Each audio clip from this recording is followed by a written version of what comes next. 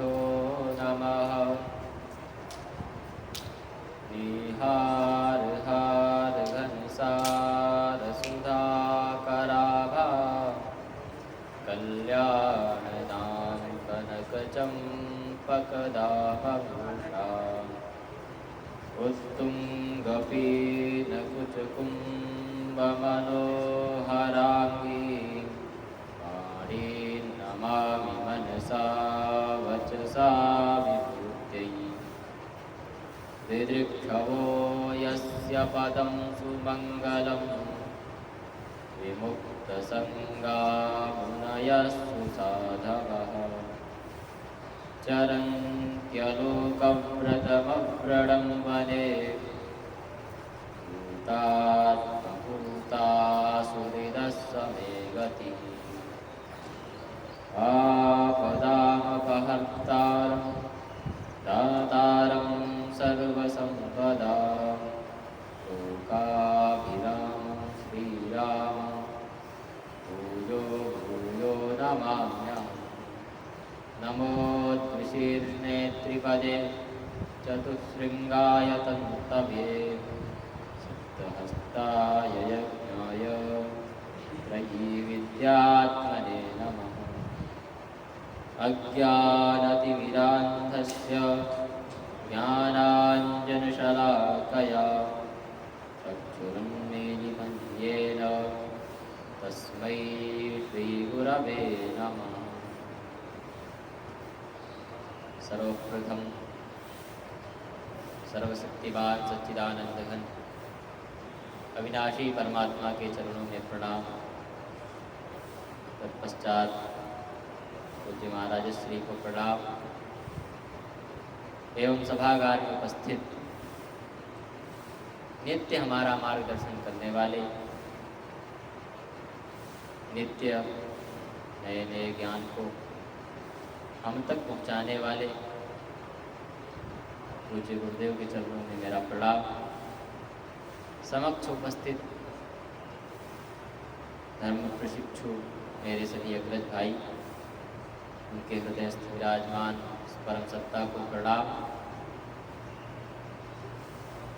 प्रवचनमाला की श्रृंखला को प्रारंभ करने से पूर्व अपने मन और वाणी को पवित्र करने हेतु उस परमात्मा का संकीर्तन, तत्पश्चात प्रवचनाभ्यास में जुड़ेंगे हम। गोविंद बोलो हरि गोपाल बोलो, गोविंद बोलो हरि गोपाल बोलो, गोविंद बोलो हरि गोपाल बोलो, गोविंद बोलो हरि गोपाल बोलो। राधा रमण हरि गोविंद बोलो, राधा रमण हरि गोविंद बोलो, गोविंद बोलो हरि गोपाल बोलो, गोविंद बोलो हरि गोपाल बोलो, गोविंद बोलो हरि गोपाल बोलो, गोविंद बोलो हरि गोपाल बोलो। राधा रमण हरि गोविंद बोलो, राधा रमण हरि गोविंद बोलो, राधा रमण हरि गोविंद बोलो, राधा रमण हरि गोविंद बोलो।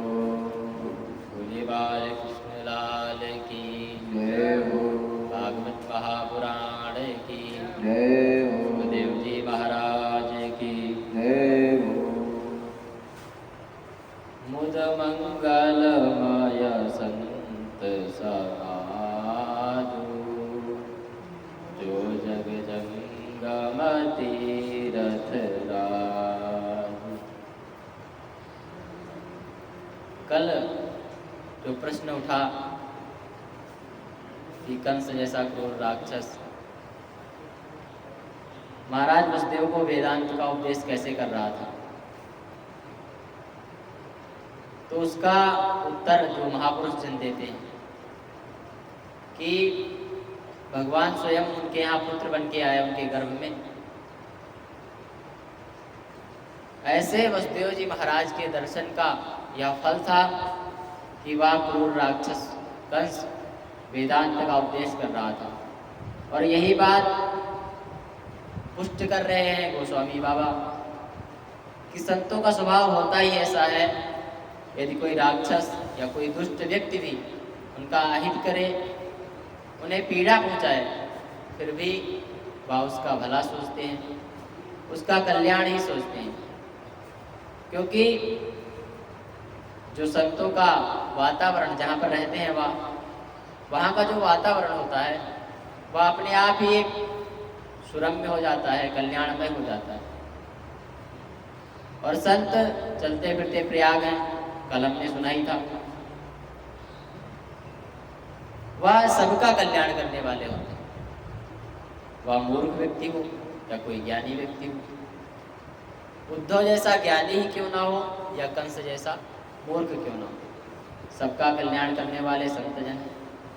और कहा भी गया है कि सठ सुधरई सतसंगति पाई, पारस परस उधातु सुहाई। मूर्ख से मूर्ख व्यक्ति सत्संगति से सुधर जाता है, उसकी बुद्धि सुधर जाती है, वह विवेकी हो जाता है, उसे सत्य और असत का ज्ञान हो जाता है। पारस परस उधातु सुहाई, जिस प्रकार एक उधातु लोहा का स्पर्श जब पारस मणि से होता है तो वह उधातु लोहा भी स्वर्ण में परिवर्तित हो जाता है। उसी प्रकार एक मूर्ख व्यक्ति जब सत्संग के संसर्ग में आता है, संतों के संसर्ग में आता है, तो उसके जितने भी दुराचार हैं, जितने भी कुकर्म हैं, सब अपने आप दूर हो जाते हैं। उसे कोई भी प्रयास करने की आवश्यकता नहीं है, केवल एक आवश्यकता है, वह संतों का संग करे।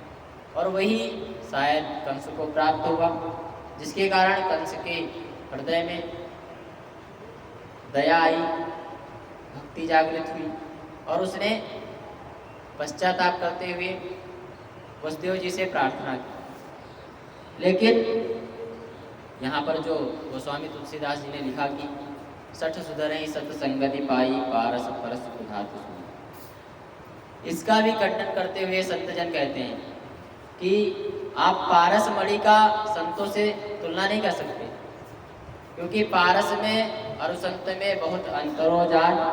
वह लोहा सवरण करे और साधु करे आप समान। पारस मणि का एक ही गुण है, वह उधातु लोहा को केवल स्वर्ण में परिवर्तित कर सकती है। लेकिन जो संतों का गुण है, उनका यह नहीं निश्चित है कि किस वर्ण का या किस कुल का व्यक्ति है, केवल उसी को वह ज्ञान देंगे या कथा सुनाएंगे, ऐसा कुछ निश्चित नहीं है। उनके पास जो भी व्यक्ति जाएगा सबका कल्याण होगा और वह अपने समान बनाने का हमेशा प्रयास करता है। संत का ऐसा गुण होता है और कोशिश यही रहती है कि वह अपने समान बनाए, और शायद वह अपने समान कर भी देता है जो उसके शरण में जाता है। तो इतना बड़ा अंतर है संत में और पारस मणि में। और वही आज कंस को शायद ज्ञान हुआ और उसने वेदांत का उपदेश किया और क्षमा मांगी। और भगवान भी यही कहते हैं कि बात कोई भी व्यक्ति हो, किसी भी प्रकार का हो, गीता जी ने कहा है मामी पार्थम व्यपाश्रुत्य ये विश्व पापयोनय स्त्रियो वैश्यास तथा शूद्रास्ते यान्ति परां गतिम्। पुरुष, स्त्री, वैश्य, शूद्र, नीच से नीच योनि का भी व्यक्ति क्यों ना हो, यदि मेरी शरण में आ गया तो निश्चित ही उसकी परम गति होगी, परम गति उसकी पक्की है। उसका जन्म मरण का चक्कर छूट जाएगा, वह मेरे अमृत के पद को प्राप्त करेगा। और वही कंस ने भगवान के भक्त की शरण ग्रहण की, जिसके कारण उसकी बुद्धि ऐसी हुई। और उसके बाद वसुदेव और देवकी जी ने भी उसके वचनों को सुना और उसे सांत्वना देते हुए कि हाँ, क्षमा किया मैंने। वसुदेव जी ने कहा कि कंस, तुमने जो कुछ कहा वह बिल्कुल सत्य है, क्योंकि जीव अज्ञान के कारण ही शरीर को मैं मान बैठता है, शरीर में ही उसकी आसक्ति हो जाती है। और इसी कारण उसमें भेद बुद्धि उत्पन्न हो जाती है, यह मेरा है या पराया है, या मेरा शत्रु है या मेरा मित्र है। हालांकि यहाँ कोई किसी का नहीं है, सब एक न एक दिन नष्ट हो जाएंगे। सभी प्रारब्ध के अधीन, इसीलिए सभी एक साथ रह भी नहीं सकते। लेकिन उन्हें यह पता नहीं रहता है कि परमात्मा ही एक भाव से दूसरे भाव का नित्य विनाश करवा रहा है। इसीलिए अज्ञान के कारण संसारी जीव इस शरीर में आत्मबुद्धि रख लेता है, और ऐसा कहते हुए, ऐसे वचन कहते हुए वसुदेव जी ने कंस को सांत्वना दी। कंस को भी लगा, हाँ महाराज वसुदेव ने मुझे क्षमा किया है। जब इस प्रकार वसुदेव जी ने कंस से वार्तालाप की, फिर कंस वापस चला गया अपने महल में, प्रसन्न होकर चला गया। उसे लगा कि वसुदेव जी ने उसे क्षमा कर दिया है। रात बीती कंस की,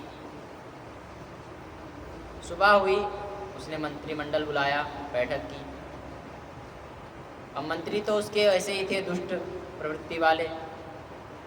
उन्हें कहाँ बनत थी भगवान की या किसी भी चीज़ की। उनका तो यही था दैत्य स्वभाव, जिसके कारण वह देवताओं से पहले से ही दुश्मनी रखते थे, द्वेष बुद्धि रखते थे। तो जब कंस ने बैठक बुलाई, सब मंत्रियों को पूरी बात बताई, जो भी वहाँ घटना हुई कि मुझे ऐसे ऐसे योग माया ने कहा और मैंने ऐसे ऐसे करके क्षमा मांगी। तो मंत्रियों ने कहा, एक तो पहले से वो इतना द्वेष रखते थे देवताओं से, जब कंस ने ऐसी बातें की, ऐसी बातें बताई, तो और ज़्यादा गुस्से में आ गए वो उनके मंत्री। क्रोधी थे ही, राक्षस थे। उन्होंने कहा, यदि ऐसी बात है महाराज, तो आप हमें आदेश दीजिए, जितने भी ब्रजमंडल में 10 दिन के शिशु हैं उनको हम लोग जाके मार देंगे, आपकी समस्या का हल हो जाएगा। अब कंस की जो बुद्धि थी, राक्षसी बुद्धि पहले से थी, किसी प्रकार वहाँ पर भगवान की कृपा से उसने इतना सब कुछ किया, लेकिन जो उसके मंत्री थे वह सही नहीं। उसने मंत्रियों ने क्या किया, कंस को चने के पेड़ पे चढ़ाना प्रारंभ किया, कंस की बड़ाई करना प्रारंभ किया कि जब आप युद्ध के क्षेत्र में उतरते थे तो देवता डर के ऐसे भाग जाते थे। आप जब बाणों की वर्षा करते थे तो कई कई देवता तो आपकी शरण में आ जाते थे युद्ध को छोड़ के, और आप उन्हें क्षमा भी करते थे।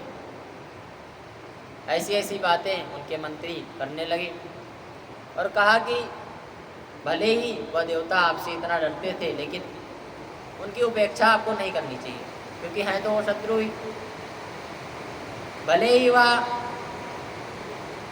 इतने कमज़ोर हैं, इतने नीच हैं, लेकिन आपको उनकी उपेक्षा नहीं करनी चाहिए, क्योंकि शत्रु तो शत्रु होता है। और उन राक्षसों ने, उन दैत्यों ने एक श्लोक वहाँ पे कहा जो हम सबके लिए अत्यंत उपयोगी है कि यथा मयोंगे समुपेक्षितो नृभिर न शक्यते रूढ़पदश्चिकित्सितुम् यथेन्द्रियग्राम उपेक्षितस्तथा रिपुर्महान बद्ध बलो न चाल्यते। पहली लाइन उन्होंने कही, यथा मयोंगे समुपेक्षितो नृभिर, और न शक्यते रूढ़पदश्चिकित्सितुम्। यदि किसी व्यक्ति के तन में कोई रोग हो जाता है और वह उसकी उपेक्षा कर दे, भली बात उसकी चिकित्सा ना करवाए, उसकी दवाई ना ले, तो वह रोग उसका धीरे धीरे बढ़ता जाता है, असाध्य हो जाता है, फिर उसका निदान करना अत्यंत मुश्किल हो जाता है। उसी प्रकार हमारे शत्रु हैं देवता, भले ही कमजोर हैं, लेकिन उनकी उपेक्षा नहीं करनी चाहिए। दूसरा उदाहरण उन्होंने दिया कि यथेन्द्रिय ग्राम उपेक्षितस्तथा रिपुर महान बद्ध बलो न चाले। जैसे इंद्रियों को संयमित न करने से इंद्रियां हमें अपने वश में कर लेती। फिर हम इंद्रियों के बताए हुए मार्ग पे चलने लग जाते हैं। अब इंद्रियों का काम है विषयों की ओर भागना, और यदि इंद्रियां हमारी संयमित नहीं हैं तो निश्चित ही हमें पतन की ओर ले जाएंगे।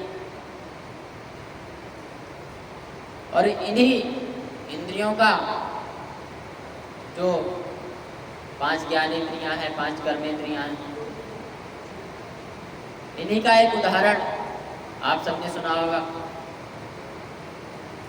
विश्वामित्र और मेनका का।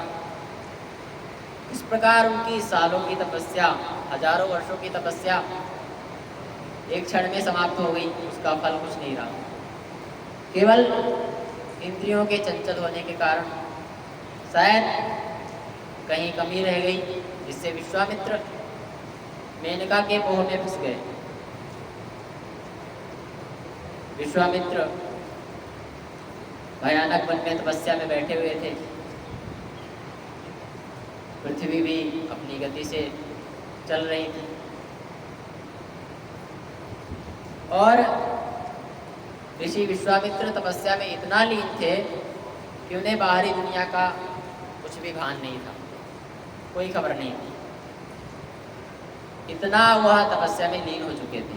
लेकिन जब नारद जी को पता चला विश्वामित्र जी तपस्या कर रहे हैं, उन्होंने तुरंत इंद्र को सूचना पहुंचाई कि पृथ्वी लोक पे एक ऋषि हैं, बहुत घोर तप कर रहे हैं, उन पे किसी भी चीज़ का कोई असर नहीं पड़ रहा है, चाहे जितनी आंधी आ जाए, तूफान आ जाए, वर्षा हो जाए, वह बहुत ही घोर तपस्या में लीन। अब इंद्र को डर लगा, उसको इंद्रलोक की सत्ता जाने का भय सताने लगा कि मेरे इंद्रलोक की सत्ता मेरे हाथ से चली न जाए। यदि ऐसा तप कर रहा है तो कुछ बड़ा ही चीज़ मांगेगा वो। ऐसे विचार उसके मन में आने लगे इंद्र के। इंद्र ने युक्ति निकाली, स्वर्ग की सबसे सुंदर अप्सरा को उसने बुलाया, मेनका को बुलाया। इंद्र ने मेनका को सब कुछ समझाया भली भांति कि वहाँ पर ऋषि तपस्या करने हैं, जाके तुम्हें उनकी तपस्या भंग करवानी है। सब बातें सब कुछ समझाकर मेनका को पृथ्वी लोक पर जाने का आदेश दिया। और इंद्र को पूरा विश्वास था कि मेनका जाएगी तो विश्वामित्र का तप निश्चित ही भंग हो जाएगा और वह मेनका के मोह में फंस भी जाएंगे। इतना विश्वास इंद्र को था क्योंकि मेनका थी ही इतनी सुंदर, वह एक आकर्षण का केंद्र थी। कोई भी उसके रूप सौंदर्य को देखकर आकर्षित हो सकता था। मेनका गई। अब ऋषि भी कोई सामान्य थे नहीं। पहली बार में मेनका का कोई जो उसने प्रयत्न किया वह सफल नहीं रहा। लेकिन मेनका भी कहाँ कम थी। तो स्वर्ग की अप्सरा होते हुए भी मृत्युलोक की स्त्रियों में जितने भी गुण होते हैं वह सब उसके अंदर थे। खूबसूरती का खजाना तो थी वो। और जब मेनका से यहाँ बात नहीं बनी तो कामदेव को बुलाया गया और कामदेव ने इंद्र के उस चाल में मेनका का साथ दिया और कामदेव ने अपने बाण चलाने प्रारंभ कर दिए ऋषि विश्वामित्र के ऊपर। कुछ समय बाद कामदेव के उन बाणों ने विश्वामित्र को अपनी ओर आकर्षित किया। कामदेव का बाणों का जो जाल था उसने विश्वामित्र को फंसा लिया और मेनका के सौंदर्य पर विश्वामित्र ऐसे आकर्षित हुए कि वह अपनी तपस्या भूल गए और तपस्या से खड़े हो गए। उन्हें भान नहीं रहा मैं कितने वर्षों से इतना घोर तप कर रहा हूँ, यह तपस्या का फल मेरा क्या होगा, सब कुछ भूल गए। केवल एक इंद्रिय नेत्रों के देखने की वजह से अब विश्वामित्र के हृदय में प्रेम के अंकुर फूटने लगे। अब अप्सरा उसका तो यही काम था कि तब भंग करवाना था, लेकिन तब तो भंग हो चुका था, पर अब अप्सरा के मन में भी विश्वामित्र के प्रति प्रेम उत्पन्न हो गया। अब वह डर भी रही थी, यदि मैंने विश्वामित्र जी को कुछ बताया तो इनका क्रोध तो बड़ा भयंकर है, पता नहीं क्या कर देंगे। उसने जो सच्चाई थी कुछ नहीं बताया, लेकिन जो प्रेम था वह प्रकट किया, जिसके कारण दोनों ने शादी कर ली। शादी हो गई, सब कुछ चलता रहा, ऋषि साथ साथ रहने लगे। जिस प्रकार गृहस्थ आश्रम में रहते हैं उसी प्रकार उनका सब कुछ चल रहा था। उस समय बीता, एक पुत्री को मेनका ने जन्म दिया। उनका गृहस्थ आश्रम सही चल रहा था। एक दिन मेनका अपनी पुत्री को दुलार कर रही थी बाहर कुटिया की। तब देवराज इंद्र आए स्वर्ग से और उन्होंने मेनका से कहा कि तुम मृत्युलोक की कोई साधारण स्त्री तो हो नहीं, तुम तो स्वर्ग की अप्सरा हो, इसीलिए तुम्हें इस गृहस्थ आश्रम को अपनाना नहीं चाहिए। तुम स्वर्ग की अप्सरा हो, इसलिए स्वर्ग चलो। तुम्हें जिस कार्य के लिए भेजा था वह सिद्ध भी हो गया है, इसीलिए अब मेरे साथ चलो। लेकिन मेनका अपने पुत्री और पति को छोड़कर जाना नहीं चाहती। वह विलाप करने लगी। तब इंद्र ने कहा क्रोध में, यदि तुम मेरे साथ नहीं चलोगी तो मैं तुम्हें यही शिला बना दूंगा। तब किसी प्रकार हिम्मत करके मेनका ने विश्वामित्र जी को सारी सच्चाई बताया कि देवताओं ने आपके तप को भंग करने के लिए मुझे भेजा था और मैं स्वर्ग की एक अप्सरा हूँ। यह सब उसने बड़ी हिम्मत करके बताया और अब मुझे यहाँ से जाना होगा, इंद्रदेव मुझे लेने आए। विश्वामित्र को बड़ा भारी दुख हुआ, बहुत दुख हुआ, क्योंकि पत्नी बिछड़ गई और मेनका भी चली गई।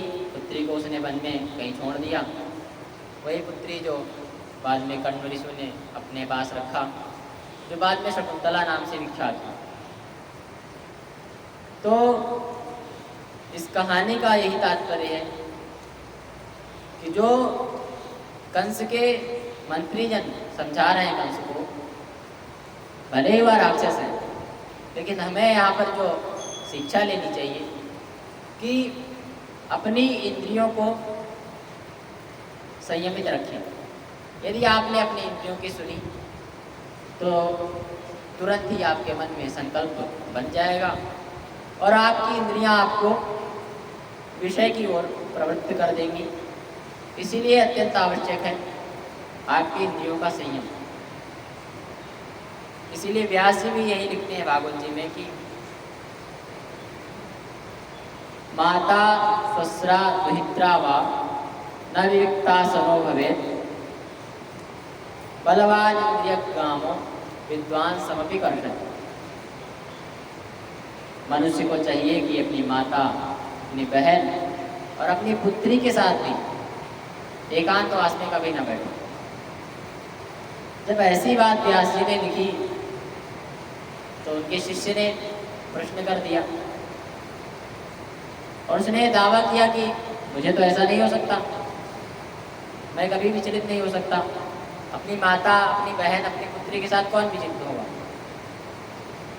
व्यास जी ने कहा ठीक है। उन्होंने एक लाइन लिख के यहीं पे रोक दी। कुछ समय बीता,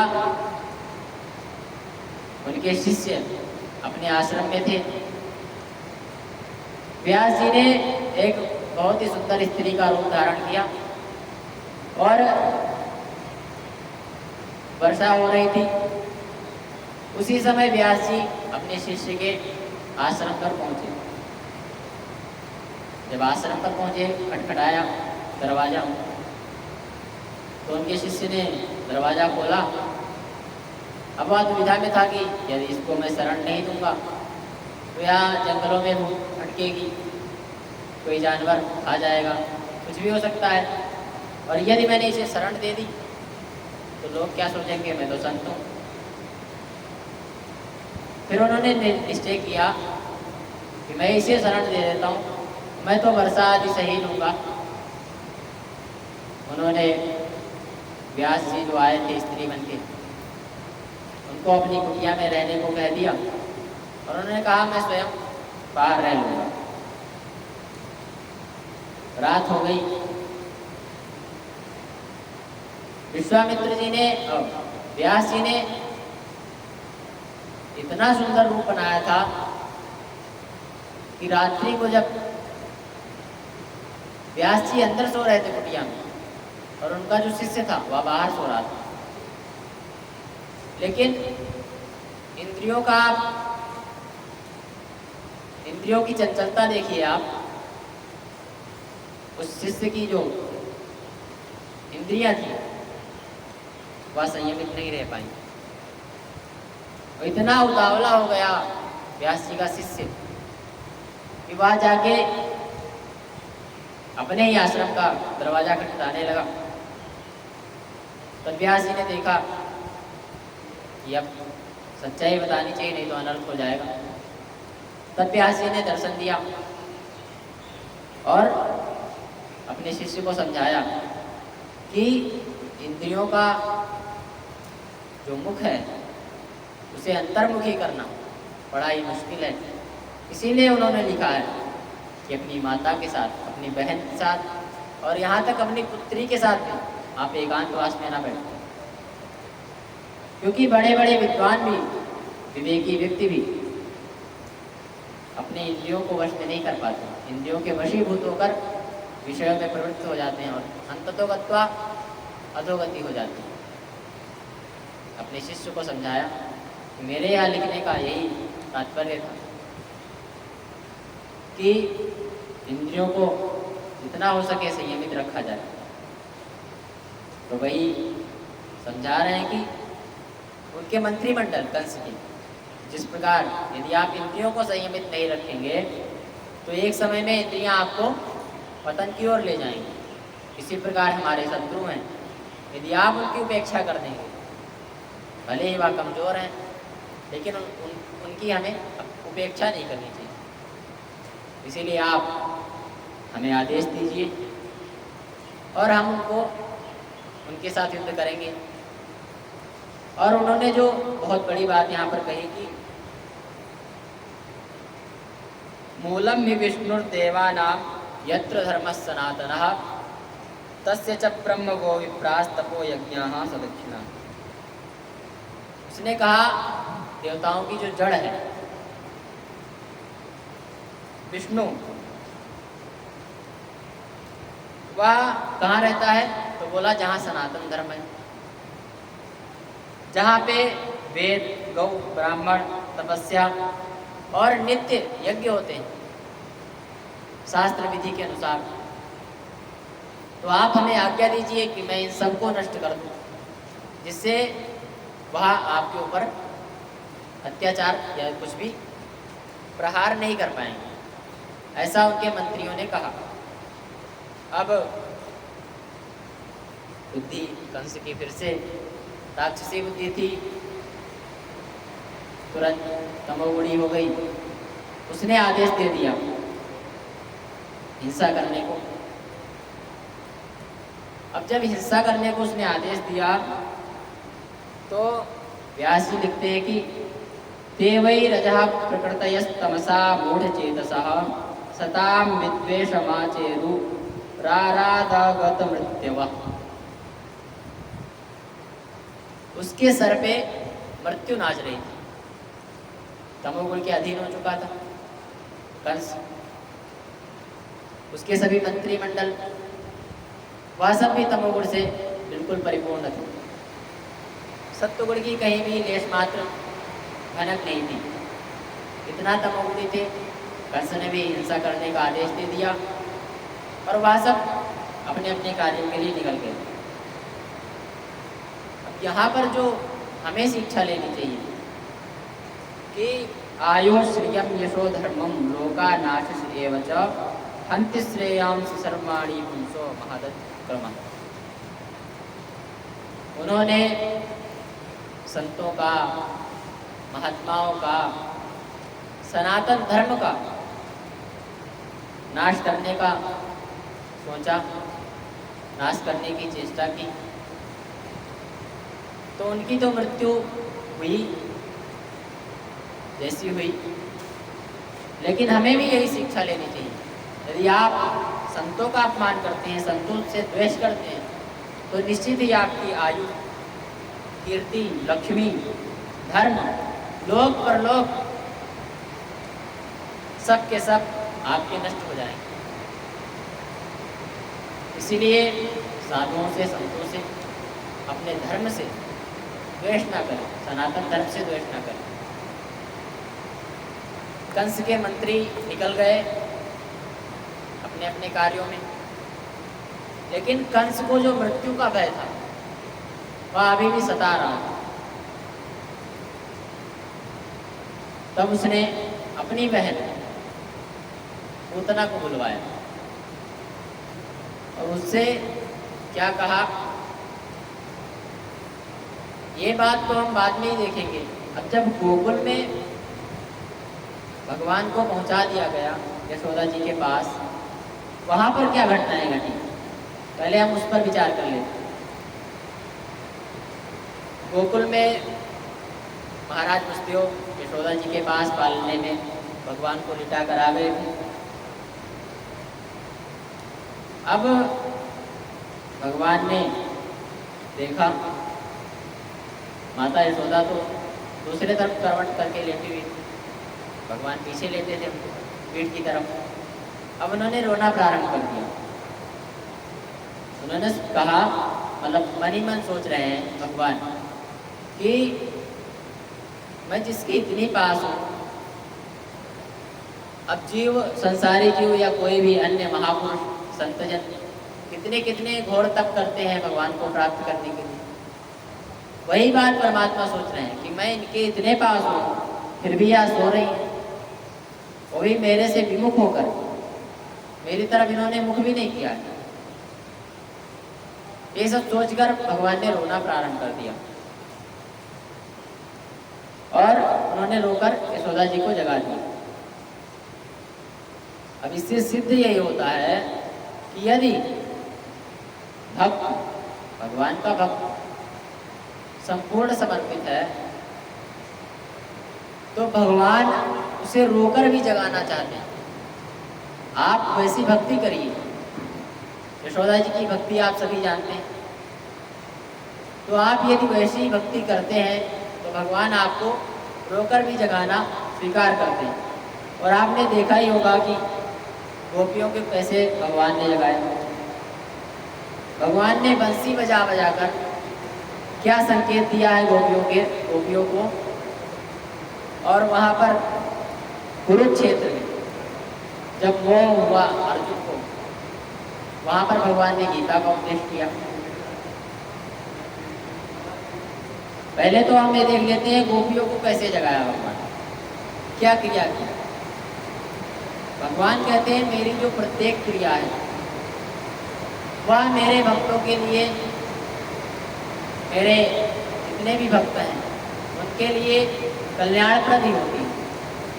और यही बात उन्होंने गोपियों को समझाई कि नाहं तु सख्यो भजतोपि जन्तून् भजाम्यमीशा मनुवृत्तिवृत्तये यथा धनो लब्धधने विनष्टे तच्चिन्तयान्यन्निभृतो न वेद। जब गोपियों ने महाराज ने प्रश्न किया कि भगवान आप अंतर्ध्यान हो गए, तो भगवान ने उनको समझाते हुए कहा कि गोपियों सुनो, कभी कभी तो मैं ऐसा करता हूँ कि जो मेरे प्रेम करने वाले हैं, भक्तजन अत्यंत प्रेम करने वाले, उनके साथ मैं वैसा व्यवहार नहीं करता जैसा मुझे करना चाहिए वास्तविक। और मैं ऐसा इसलिए करता हूँ कि जो मेरे भक्तजन हैं क्योंकि आप जानते हैं किसी भी व्यक्ति की प्रिय वस्तु यदि उससे दूर हो जाती है तो उसे कितना अंदर तड़पन हो जाती है प्राप्त करने की, कैसे मैं उसे प्राप्त करूं। अनेकों प्रयास करता है वह उसे प्राप्त करने के लिए, क्योंकि वह उसकी सबसे प्रिय वस्तु है। इसीलिए जो मुझे सबसे ज़्यादा प्रेम करने वाले भक्त होते हैं उनके साथ कभी कभी मैं ऐसा व्यवहार करता हूँ जो मुझे नहीं करना चाहिए। मैं इसीलिए अंतर ध्यान हो जाता हूँ कि उनकी जो चित्तवृत्ति है वह मेरी तरफ और खींची चली आए, कहीं भी लेश मात्र संसार की चेष्टा उनके मन में रह न जाए। इसीलिए मैं ऐसा व्यवहार करता हूँ कि जो मेरे सबसे प्रिय भक्त होते हैं उनके सामने मैं अपने आप को अंतर्धान कर लेता हूँ। जैसे किसी निर्धन पुरुष को बहुत सारा धन मिल जाए, उसे कितनी खुशी होगी, इतना धन मिल गया, मेरे तो भाग्य खुल गए, और तुरंत ही उससे वह धन छीन लिया जाए। अब वह निर्धन व्यक्ति कितना चिंतित होगा, कितना उस धन के प्रति आसक्त होगा, या तो निर्धन व्यक्ति समझ सकता है।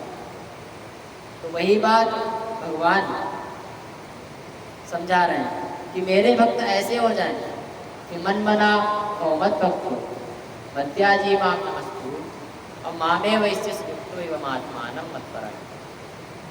अपने मन को मेरे में ही लगा ले, मेरा भक्त बन जाए, मेरा ही पूजन करे, मुझको ही प्रणाम करे, और इस प्रकार अपनी आत्मा को मुझमें नियुक्त करके वह मुझे ही प्राप्त हो जाएगा।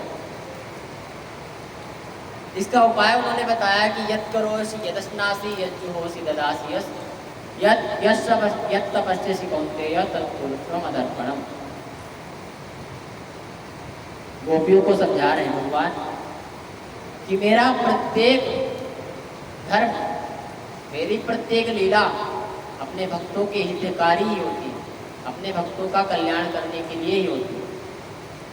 इसीलिए कहा मेरा भक्त जो भी कर्म करता है, जो कुछ भी खाता है, जो यज्ञ आदि धार्मिक कार्य करता है, जो भी तप आदि करता है, तत्पुरुष व मदर्पणम, वह सब मेरे में अर्पण करता हुआ चले। क्योंकि जब वह मेरे को सब कुछ अर्पित कर देगा तो उसके अंदर कर्तापन नहीं होगा, वह निष्काम भाव हो जाएगा। कर्तापन नहीं होगा, निष्काम भाव वाला हो जाएगा, तो निश्चित ही वह मुझे प्राप्त कर लेगा।